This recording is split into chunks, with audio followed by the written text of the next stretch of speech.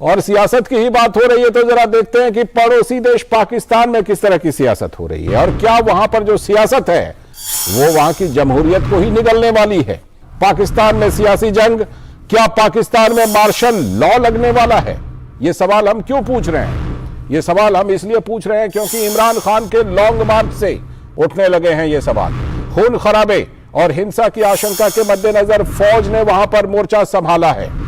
लाहौर से इस्लामाबाद के हकीकी आजादी मार्च को इमरान खान ने अनिश्चितकालीन मार्च का नाम दे दिया है और अपनी गिरफ्तारी पर इमरान खान ने पाकिस्तान के कई टुकड़े में बंट जाने की भी धमकी दे दी है। और इतना ही नहीं, पूर्व प्रधानमंत्री इमरान खान ने अपनी तुलना शेख मुजीबुर रहमान से की है। वही शेख मुजीबुर रहमान जिनके नेतृत्व में बांग्लादेश का निर्माण हुआ। उस समय जब यह हुआ था 1971 में, उस समय हुकूमत में आने से शेख मुजीबुर रहमान को रोकने के लिए ही पाकिस्तान का बंटवारा हुआ था, क्योंकि उनको रोका गया था। इमरान खान ने मार्शल लॉ लागू करने की धमकी दी है, लेकिन इमरान ने आखिर किसके इशारे पर मार्च की रफ्तार को कम कर दिया है? आर्थिक संकट और सियासी संग्राम में फंसे इस बीच प्रधानमंत्री शहबाज शरीफ ने चीन का दरवाजा खटखटाया है और प्रधानमंत्री शहबाज शरीफ ने चीन से आर्थिक और राजनीतिक मदद मांगी है। लेकिन इस बीच उधर राष्ट्रपति शी जिनपिंग, जो चीन के राष्ट्रपति हैं, उन्होंने पाकिस्तान में चीन के नागरिकों पर हो रहे हमले पर चिंता जताई है और चीनी नागरिकों को सुरक्षा देने की बात की है। पाकिस्तान के चुनाव आयोग से 5 साल तक चुनाव ना लड़ने का आदेश मिला है इमरान खान को और फिर लॉन्ग मार्च जो है उनके लिए अस्तित्व का सवाल बन गया है। लेकिन सबसे बड़ी चुनौती तो पाकिस्तानी फौज को मिल रही है, जिसने इमरान खान को हुकूमत सौंपी थी। अब इमरान खान उन्हीं को चुनौती दे रहे हैं। पहली बार आईएसआई ने प्रेस कॉन्फ्रेंस की थी और इमरान खान को झूठा करार दिया था। और लेकिन इस बीच में पाकिस्तान में नवंबर में जनरल बाजवा रिटायरमेंट में जाएंगे और उसके बाद पाकिस्तान का अगला जनरल कौन होगा, यह सबसे बड़ा सियासी मुद्दा बन गया है। लेकिन सबसे बड़ा सवाल यह है कि क्या एक फौजी जनरल की नियुक्ति से पाकिस्तान में तख्ता पलट हो सकती है? क्या यह तख्ता पलट हो सकता है? इमरान खान ने क्या कहा है इस पर, सुनिए पहले इमरान खान को। मैं आज आपके सामने लॉन्ग मार्च का ऐलान कर रहा हूं। जुमे को शुरू हो रहा है। मैं जुमे को लीड करूंगा। उसको 11 बजे हम शुरू करेंगे इंशाल्लाह लिबर्टी में, जिधर हम जमा होंगे, और उसके बाद हमारी मार्च शुरू हो जाएगी। ये लोग इस मुल्क में साफ और शफाफ इलेक्शन करने दें, अवाम को फैसला करने दें, और कोई दूसरा रास्ता नहीं है पाकिस्तान का इस वक्त। हमने हमारे सारे लोगों को इंस्ट्रक्शंस हैं, हमने पुरअमन रहना है और हम इंशाल्लाह पुरअमन रहेंगे। लेकिन हम सिर्फ ये दिखाएंगे कि कौम आज पाकिस्तान कौम खड़ी किधर है। तो पाकिस्तान की कौम किधर खड़ी है और पाकिस्तान में क्या होने वाला है? क्या वहां एक बार फिर से जमहूरियत की जो है उस पर सेना फिर से काबिज हो जाएगी क्या? विनोद मिश्र हमारे सलाहकार संपादक जुड़ रहे हैं हमारे साथ न्यूज रूम से। विनोद जी, सीधा सवाल ये कि क्या लगता है कुछ ऐसे आसार दिख रहे हैं, क्योंकि लगभग आधे वक्त तक आज़ादी के बाद से ही वहाँ पर फौज जो है वो सत्ता पर काबिज रही है। क्या एक बार फिर से ऐसे हालात बनते हुए नजर आ रहे हैं जिस तरह के हालात इमरान खान ने पैदा कर दिए हैं? लाल जी, जैसा कि आप अपनी रिपोर्ट में भी बता रहे थे, ये शर्म की बात होनी चाहिए कि 75 साल का ये पाकिस्तान हुआ है भारत से बंटवारे के बाद। और उस पाकिस्तान की हालत ये है कि अपने 75 साल में एक आर्मी के चीफ की नियुक्ति को लेके एक पार्टी सड़क पे है तो दूसरी पार्टी जो है दौड़ के जो है वो चाइना में बैठा हुआ है। ये कितनी शर्म की बात है कि एक आर्मी जनरल, एक फौज की इतनी अहमियत क्यों है जी इस पाकिस्तान में, जो अपने को एक लोकतांत्रिक देश होने का, एक लोकतांत्रिक मुल्क होने का नाम देता है, लेकिन एक फौज की नियुक्ति के, फौज के जनरल की नियुक्ति को लेके इतना रसाकसी है कि एक पूरी पार्टी पिछले आप कह सकते हैं कि एक हफ्ते से अपने हजारों लाखों समर्थकों के साथ रोड पे है। तो इसका मकसद सिर्फ यही है कि इमरान खान एक प्रेशर बना रहे हैं। जो नवंबर में जनरल बाजवा रिटायर हो रहे हैं, उस रिटायर होने के बाद जो भी कोई आर्मी चीफ आएगा वो उनके पसंद का होना चाहिए या उसमें उनकी भागीदारी होनी चाहिए कि आर्मी चीफ कौन हो। देखिए लालचंद जी, आप थोड़ा सा बैकग्राउंड में चले जाएं कि आर्मी चीफ का क्या है पाकिस्तान के पूरे एस्टैब्लिशमेंट में, और वो होता क्या है कि आप ये देखिए कि इससे पहले नवाज शरीफ को अब जो परवेज मुशर्रफ का जब वहाँ पे रिटायरमेंट का टाइम आया था कि करगिल का वार का उस समय में ख़त्म हुआ था, उसके करगिल वार के कॉन्स्पिरेटर कौन थे ये दुनिया जानती है कि परवेज मुशर्रफ ने उसको किस तरह से शुरू किया, नवाज शरीफ उसको सिर्फ पीछे पीछे ही चल रहे थे। बिल्कुल। लेकिन उसके बाद हुआ क्या कि जैसे ही आर्मी चीफ को लगा, परवेज मुशर्रफ को लगा था कि ये अगला हमारा एक्सटेंशन नहीं कर रहा है, तो उसने उसके खिलाफ में, नवाज शरीफ के खिलाफ में कूप कर दिया और नवाज शरीफ को दरबदर होना पड़ा। आपको शायद पता होगा कि नवाज शरीफ की जान बच गई थी, उनको फांसी की सजा के तख्ते पर लटकाने का पूरा मंसूबा बना लिया था। जो एंटी टेररिस्ट कोर्ट था उनके खिलाफ में लगभग एक तरह से फैसला भी दे दिया था, लेकिन सऊदी अरबिया के इंटरवेंशन से नवाज शरीफ की जान बच गई थी, नवाज शरीफ वहां से भाग निकले थे। तो ये तो उसका बैकग्राउंड है कि एक आर्मी चीफ को लेके आज अगर इमरान खान इतना बड़ा एक जलसा जुलूस कर रहे हैं और उसको लोकतंत्र से जोड़ रहे हैं, उसका नाम वो इलेक्शन का दे रहे हैं, तो जाहिर सी बात है ये एक तरह से लोगों को गुमराह कर रहा है। गुमराह का मतलब मैं इसलिए कह रहा हूं कि आप इसको इस तरह से भी समझ सकते हैं कि ये जो लॉन्ग मार्च था जिसका नाम इमरान खान ने दिया हकीकी आज़ादी मार्च, तो वो इस मार्च को लाहौर से लेके इस्लामाबाद आने वाले थे। कल वो यात्रा खत्म होने वाली थी इस्लामाबाद पहुंचकर जी, लेकिन उनको लग नहीं रहा है कि अभी इस यात्रा को खत्म करके वो कुछ हासिल कर पाएंगे, या वो जो चाहते थे कि उनका जो मकसद था आर्मी चीफ बनाने का, वो अभी लग नहीं रहा था कि उसको 1-2 दिन में हो जाएगा। तो इसको उन्होंने एक लॉन्ग मार्च का नाम कल दे दिया। कल उन्होंने कहा कि ये मार्च जो है वो तब तक चलता रहेगा जब तक कि वहां पाकिस्तान के एस्टेब्लिशमेंट जो है वो हुक्मरान वहां इलेक्शन का डेट अनाउंस नहीं करेंगे। इसका मतलब है कि सीधे सीधे इमरान खान उस टकराव के मूड में आ गए हैं और वो चाहते हैं कि वहाँ पे एक खूनी रंजिश हो, जिसके कारण आज जो है पाकिस्तान के जहाँ जहाँ उसका मार्च का रूट है उसमें फौज ने अपना पूरा दस्ता उसको उतार दिया है।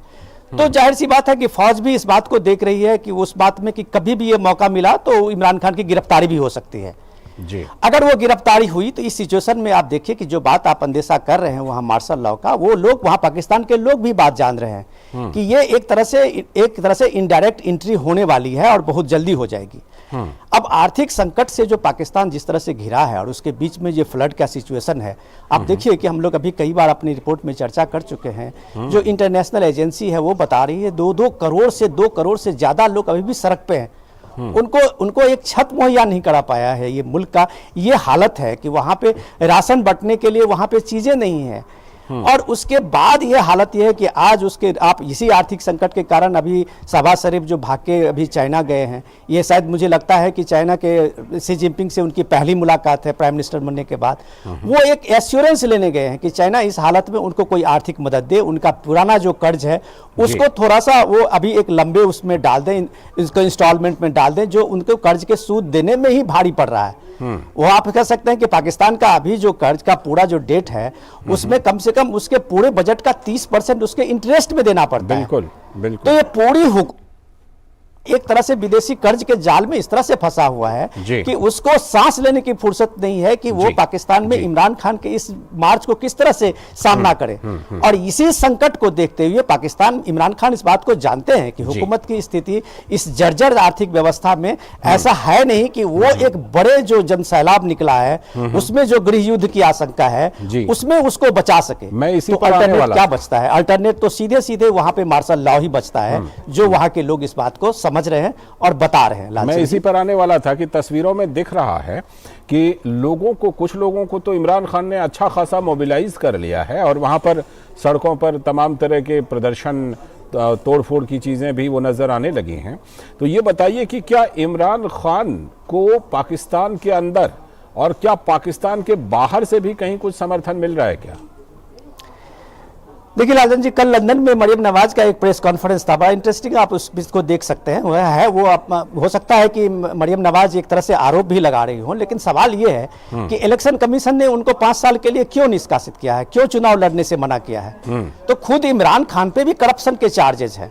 आज जो फेडरल एजेंसी है उनको पूछताछ के लिए इस्लामाबाद बुलाया है और वो उस पूछताछ से बचने के लिए ये एक तरह से लॉन्ग मार्च का एक ड्रामा कर रहे हैं। अब देखिए कि प्राइम मिनिस्टर के रहते हुए उनको जो चीजें उपहार में मिली थी उनको उन्होंने बेच दिया और वो लाखों करोड़ रुपए अपने लिए उन्होंने रख लिया था। यही चार्ज करके इलेक्शन कमीशन ने उनको निष्कासित किया है और उनकी सदस्यता खत्म कर दी है।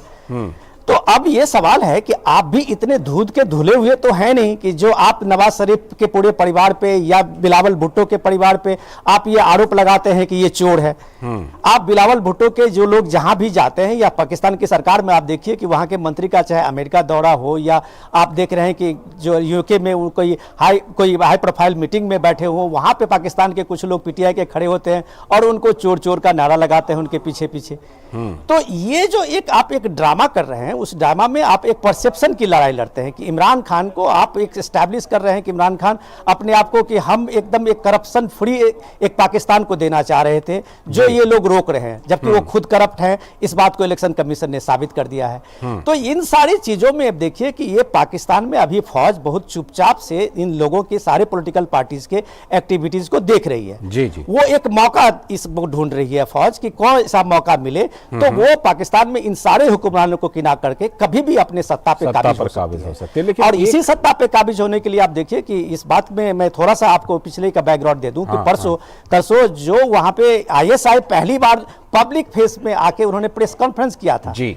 आखिर आईएसआई को प्रेस कॉन्फ्रेंस करने की क्या जरूरत पड़ी? बिल्कुल बिल्कुल। अगर आईएसआई इस बात के लिए प्रेस कॉन्फ्रेंस करके इमरान खान को झूठा मक्कार बता रही है तो सही बात है कि एजेंसी इस बात को लेके अपने पूरे आवाम को बता रही है कि ये जो मैसेज करना चाह रहा है वो गलत है। फौज अभी भी उसके लिए नंबर 1 हीरो है और वही फिर पाकिस्तान के तख्ता कभी भी पलट दे तो इसमें कोई अंदेशा नहीं करना चाहिए। एक बात और समझने वाली है जो आपके जरिए हम जरूर समझना चाहेंगे कि पाकिस्तान में जो भी सत्ता से हटता है, जो भी प्रधानमंत्री या जिसको फौज हटाती है, उनका हश्र क्या होता है हमने देखा है। वो या तो वहां से उनको भगा दिया जाता है या वो भाग जाते हैं या उनके ऊपर उनको जेल में भी डाला जा सकता है या कुछ भी हो सकता है। वहां पर प्रधानमंत्री की तो हत्या तक हुई है। लेकिन इमरान खान सत्ता से हटाने के बाद भी और हटने के बाद भी इतने ज्यादा कैसे एक्टिविटी करते हुए नजर आ रहे हैं विनोद जी, क्या वजह है? बहुत सही सवाल है लाल जी आपका। और आप कह रहे हैं कि पाकिस्तान में इमरान खान जो है फौज के गले की हड्डी बन गए। हाँ, ये गले की हड्डी मैं इसलिए कह रहा हूं कि फौज ने ये खड़ा किया था। ये तालिबान खान के नाम से मशहूर है पाकिस्तान में।